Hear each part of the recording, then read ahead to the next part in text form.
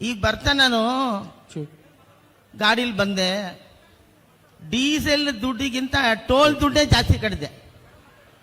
1800 ರೂಪಾಯಿ ಬರೀ ಟೋಲು.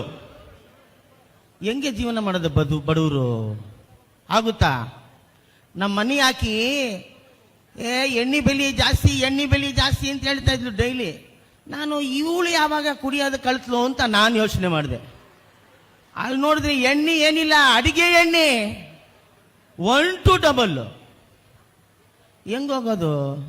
ನಾವು ಸಿನಿಮಾದವರು ಬರೀ GST ಕಟ್ಟಿನೇ ಎಲ್ಲ ಪ್ರೊಡ್ಯೂಸರ್ ಮಲ್ಕೊಂಡ್ಬಿಟ್ಟಿದ್ದಾರೆ.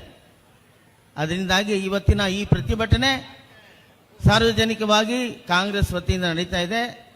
ಕಾಂಗ್ರೆಸ್ ಪಾರ್ಟಿಗೆ,